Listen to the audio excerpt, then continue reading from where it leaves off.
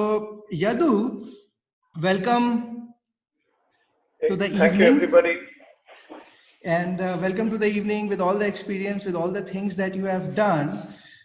Would really like to know as to what are the myths you will be or you are ready to bust tonight when it comes to learning and development for youngsters in the organization right now and in the past.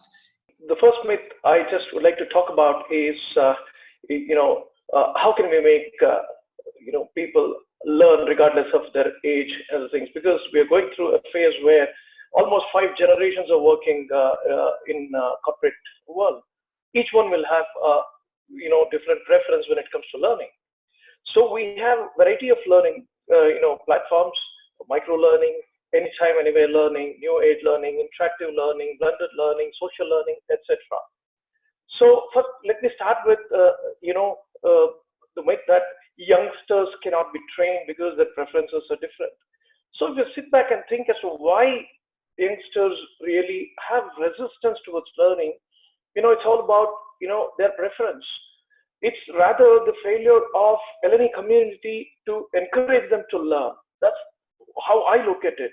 So what can we do? So what we did in Ashok Leyland is today, most of these youngsters are quite savvy. It's virtually impossible for them to live without their handheld devices.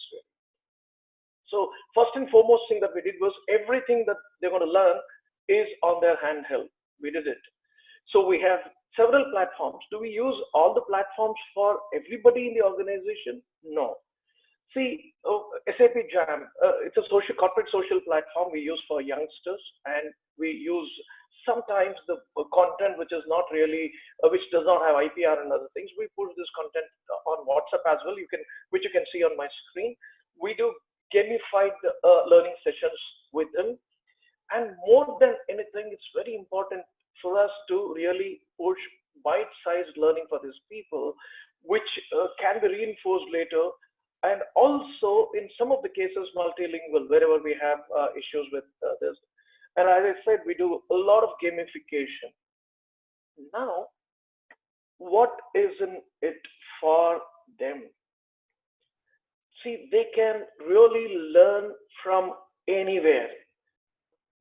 So whether they are waiting for a flight, they are traveling in a cab, or they're waiting for a train, they will learn.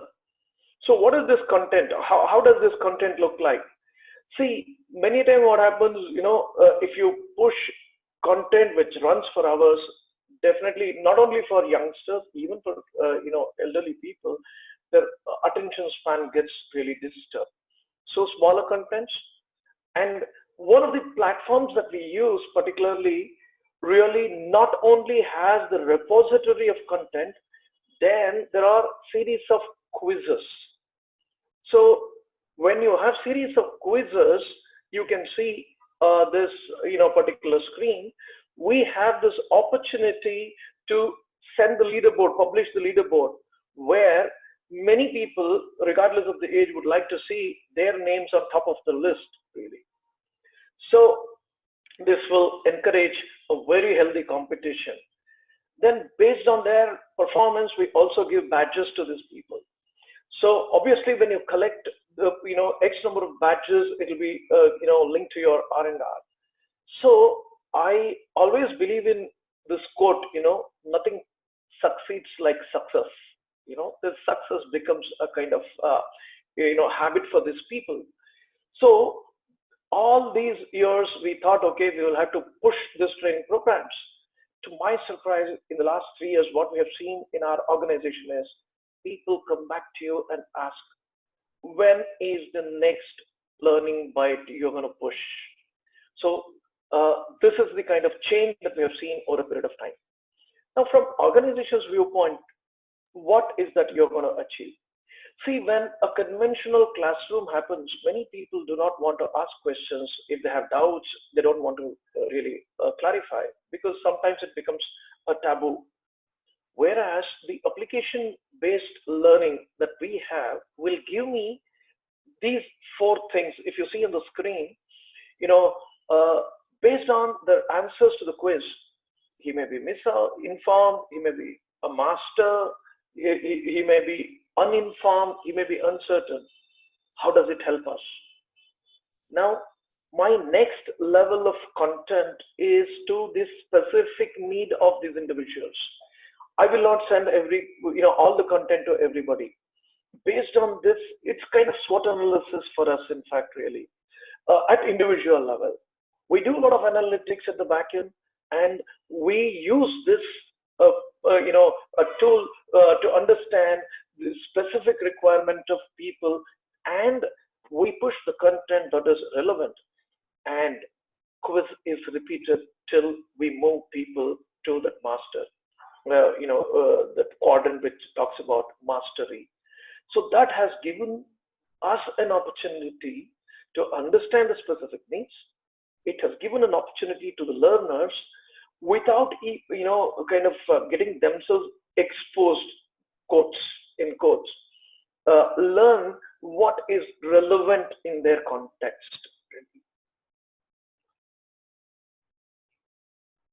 So Yadu, quick question here.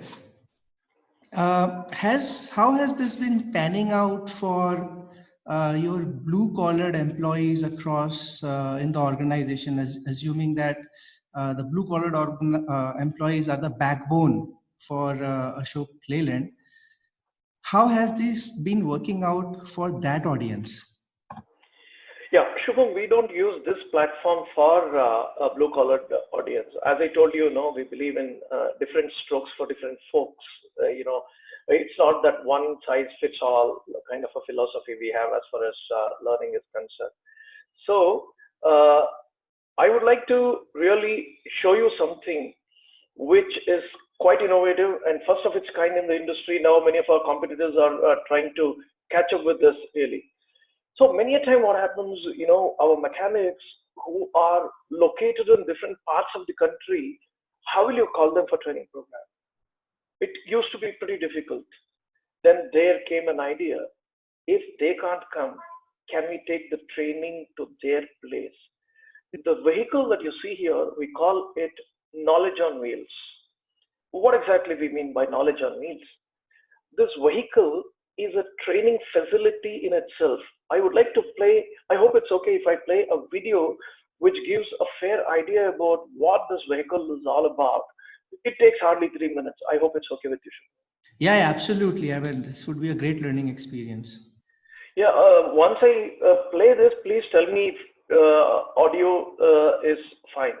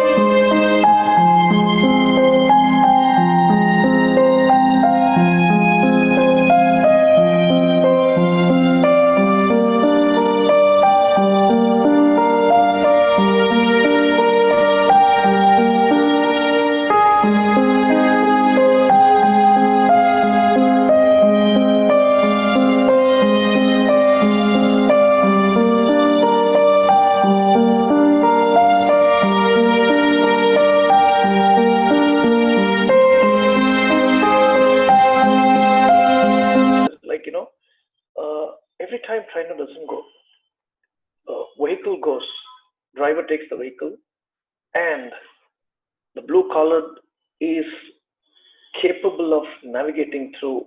It's internet based basically, navigating through the learning content, repository of content that we have, and they are able to learn on their own. That's the best part.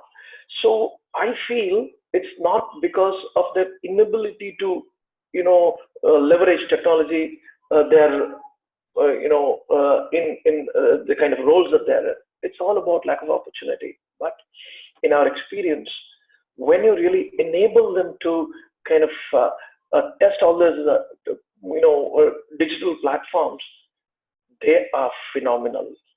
Now, this has encouraged us to think about learning kiosks in manufacturing units as well. We are contemplating to come up with learning kiosks which can be really, which is menu driven, and they can themselves learn whenever time permits. So, what's the difference here? Now, I don't need to really push anyone to come to training room. They will learn from wherever they are. So this is something which has really worked very well. As I'm talking to you, as an experiment, we started with one vehicle. Today, I'm extremely proud to tell you that there are 68 vehicles across the country, which go to different parts, nooks and corners of the country to enable people. So this is something which I feel is really incredible. Most of our competitors are trying to, copy this concept. I hope this answers your question, Shubham. Thank you so much, Yadu. I think this was incredible. And shall we say that this also busts the myth that blue collared are not capable of learning with technology? Would you say that? Oh, yeah, definitely, definitely. On the same lines, we have something called workshops on wheels. So workshop. So there also apprentice mechanic goes with the seasoned mechanic. Whenever if the vehicle is broken down in some remote area, vehicle goes to our vehicle workshop on wheels goes there for repair. And invariably we send apprentice mechanic. Now what is the difference? In case while troubleshooting, if he wants any information about that particular engine, the facility that I showed you, they go through the internet, they're able to see what could be the possible solution and they fix it. That's the beauty of this concept, basically.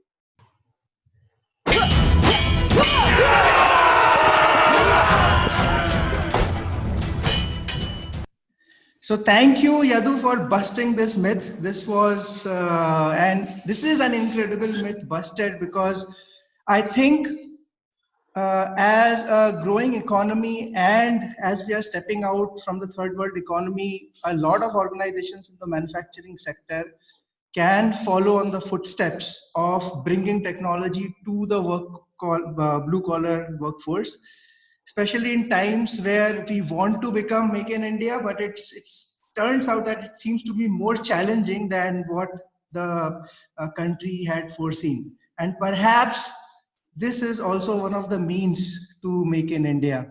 So that's one myth busted, yes. And before we move on to the questions, let's have questions from the floor. How do you measure right now in the increment of what, or keep a tab on, like for the young workforce, for the where you have that app-based mechanism where you can keep a tab on who is where in the 4-grid mechanism, uninformed, misinformed. How do you keep a tab on this one with the blue-collared workforce? See, if you look at blue-collared workforce, we have a metric called, defects per vehicle, basically, right? Every time we train these people on first of all, I would like to give you some information about how we organize training programs. So if there is a defect in any of the vehicles, we just take top 5 defects really. And there will be a training program around those defects. Now, while we really, in a span of month, when we train these people and then they attend, to these faults, then this defects per vehicle keeps decreasing. That is a very clear indication for us that our program has worked really. And we have a question from Suketu. He is asking, when you share customized learning over mobile, how do you Yeah. keep analytics tab on who needs what type of learning? That's what it is, an application based. See, okay, I thought I'll not talk about the company there. See, we work with a company called Rappel. At the back end, they get all the answers. I told you every initiative is followed by a quiz, right? Now the answers given by these participants is recorded in the server of our partner basically. So based on that, we just have analytics as to now Yadugireesh needs this, Shubham needs this, Suketu needs this. It is recorded basically there. And then what we do is, supposing Yadugireesh requires training on say BS6, the specific content on that will be pushed to him. Then again there will be a quiz which gets repeated.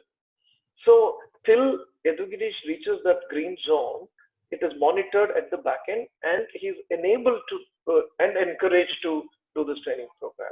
That's how this data is maintained. Awesome. So while people ask more questions, Suketu is asking, is there any integration with the CRM system?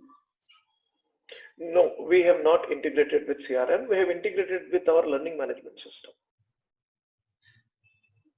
Then Subramaniam is asking, in the concept of push modules that depends on learning ability of participant, how is the content decided and designed? How far does the content stretch itself? Yeah, initially, this is a very important question. Initially, when we come up with the content, we also will not know whether X needs Y or P needs Q or Z needs R kind of a thing really. Now, what is most important, with respect to our competency framework, both functional competency and leadership competency that we are talking about, on these areas we push the content. So first time when you push the content, yeah, it's blind. Frankly, we don't know who stands where. But when it is followed by quizzing, that is when you get this idea who stands where. So first time, yes, we will not have that. Initially we used to do training needs identification and all. The biggest problem is you get the same requirement presentation skills. I want BS4, I want communication skills, I want emotional intelligence, nothing beyond that.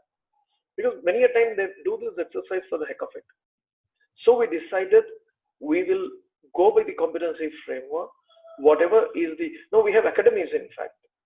For example, there are a lot of functions, HR, finance, manufacturing, sales and marketing, service academy. All these academies are based on the functional competencies. So the content will be pushed according to the competencies required for a particular role. It is not pushed to everyone across the organization.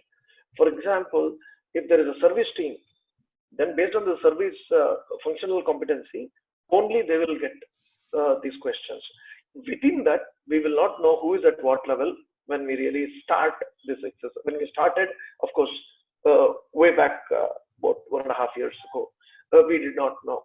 Now we clearly have an idea, and it also helps us retaining people because there are high performers with high potential. We will retain them also. So through quizzing, we get to know where they stand. Periodic quizzing. Right. So while anybody is asking any more questions, I have another question, and I'm very curious. You have 80 vans right now, and all those 80 vans are equipped with technology, and like you said, one engine for demonstration. 68 vehicles. 68 vehicles. Yeah, I'm close to 80. All right. So 68 vehicles. That's a huge expense. Now, how did you convince the person who signed the check for the entire project? I mean, because this would be an interesting part for another L&D and OD head who might get inspired from what you have done, but then he will struggle doing justice down the lane and convincing people who sign the check. How do you deal with that? Yeah, Shubham, in the first place, to show the return on investment. When this idea came, it was, to be honest, it was not my idea. There are a couple of colleagues who are brilliant, their idea really. When they came up with this idea, first question, as you said, like, what is the return? Like, they had worked out a very clear return on investment because at this point of time. How they did was, when you launch vehicles in a particular area, most important thing is service. See, though our vehicles are reliable, when the vehicle comes to your service center, how often does it come for the same problem is going to determine how reliable your vehicles are really. So when it comes 4 times within the warranty period, my warranty cost is going to go high. And for the customer, from customer's viewpoint, if you look at it, vehicle is bought with an intention to run it non-stop. If it is stopped for 4 hours, he loses that much money. So when we calculated all these things and told the management, initially they said, okay, one vehicle. From there it started, building. Now we have 68 vehicles. Yeah, it was a tough journey. Of course, I want to give due credit to the team which did all these things in fact. So Rahul, thank you, Yadu. Thank you so much. I am sure there is a lot more learning in that specific journey part because that's where usually L&D practitioners get stuck. So Rahul asked how much time actually went into designing such competency and role-based modules. Sounds like a big exercise breaking the learning content into this new format. And the second part of the question is how did you monitor initial rollout to check for impact and improvement areas? Okay, let me take the first question first. It was a humongous task for us. But I'm really happy to tell you that in Ashok Leyland, see, particularly when it comes to functional competencies, we identified few champions whose role was to, put the competencies together first. HR just enabled them, told them what these competencies are, what are the key success factors of, certain roles that are required to be built across the organization. So competency framework itself took us a long time, 1 year plus, in fact. Then we had to come up with curriculum, based on the competency framework, then roll out really.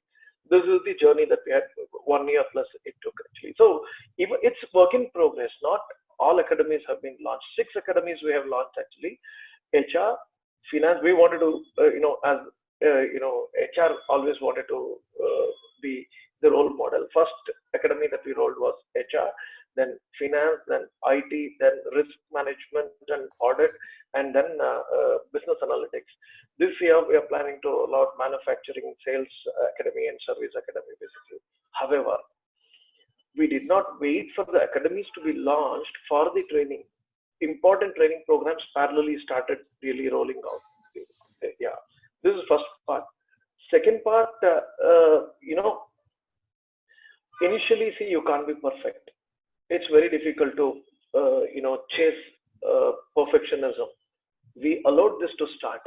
We evolved over a period of time. Initially, there were mistakes. There were a lot of things that were not very relevant, and we allowed this flow. And we sought feedback, at every, interval.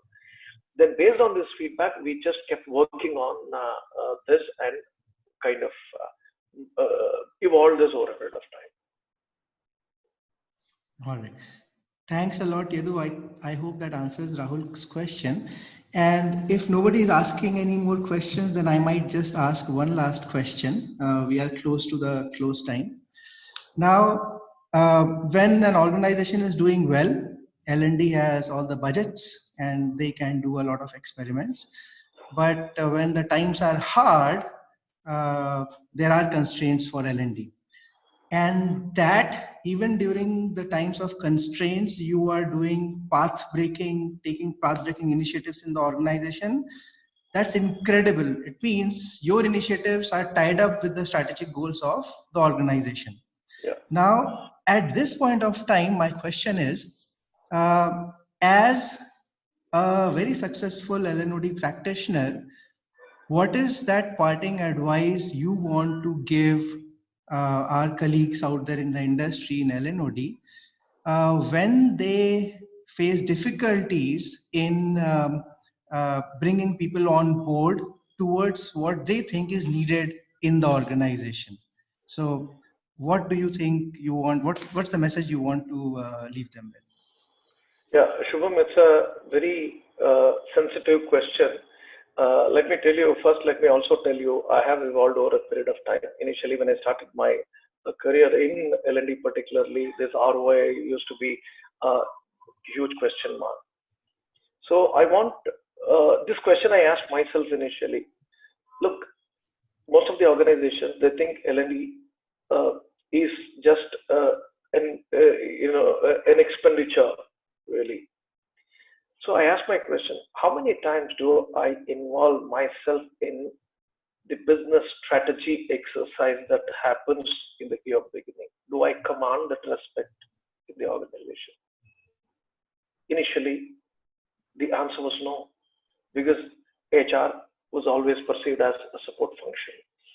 Now, the onus is not on the business to really involve you. The onus is on each and every L&D practitioner to portray ourselves as the strategists.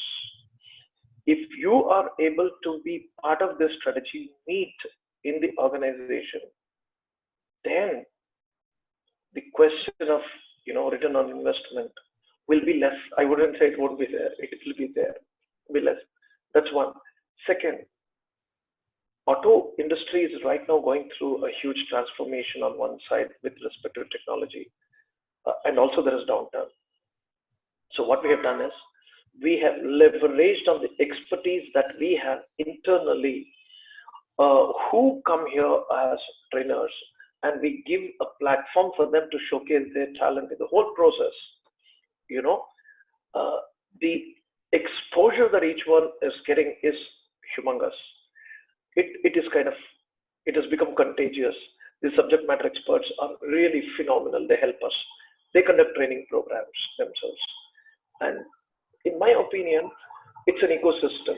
L&D cannot be working in a silo. We need to build this ecosystem which is going to help us build the trust amongst business leaders. So my question is, how many HR professionals are ready to put their neck in line when it comes to building strategy for the organization? Right, and that's a very powerful and critical self-reflection for people. So thank you very much, Yadu. If anybody wants to ask any last question, he or she can.